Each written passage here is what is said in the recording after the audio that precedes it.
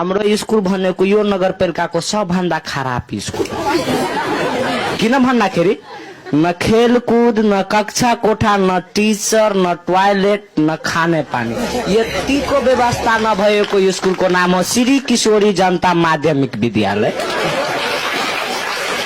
हाम्रो स्कुलमा 5 सालदेखि इलेक्ट्रिक टेक्निकल पढाइ भइरहेछ तर अहिलेसम्म एउटा टिचर थियो। 2-4 महिनादेखि हामीहरू स्ट्राइक गरेको बेलामा एउटा टिचर बोलायो र न साइन्स ल्याब भएको न कम्प्युटर ल्याब भएको न इलेक्ट्रिक ल्याब।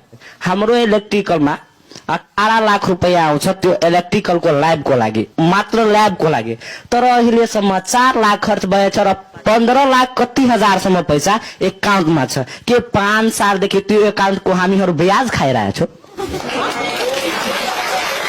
तपाईको विद्यालयमा केही पनि छैन भन्नुभयो? केही पनि छैन। के छ चाहिँ के? हेर्नमा धेरै राम्रो दृश्य छ एउटै कुरा मलाई लाग्छ।